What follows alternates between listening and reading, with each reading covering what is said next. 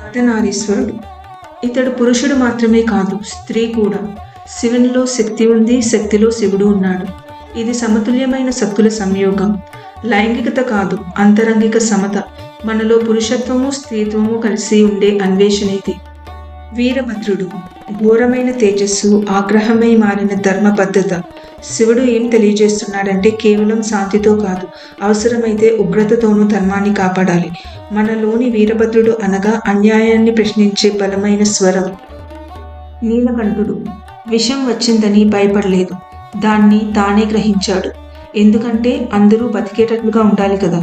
నీలకంఠుడు మనలోని త్యాగానికి ప్రతీక. సమస్యల్ని మింగేసి సమాజాన్ని కాపాడే తపస్సు ఇది. శివుడు ఈ ప్రతిరూపం మనలోనే ఉంది.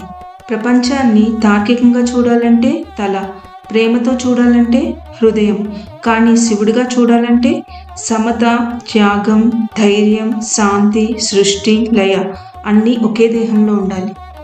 ఓం నమః శివాయ.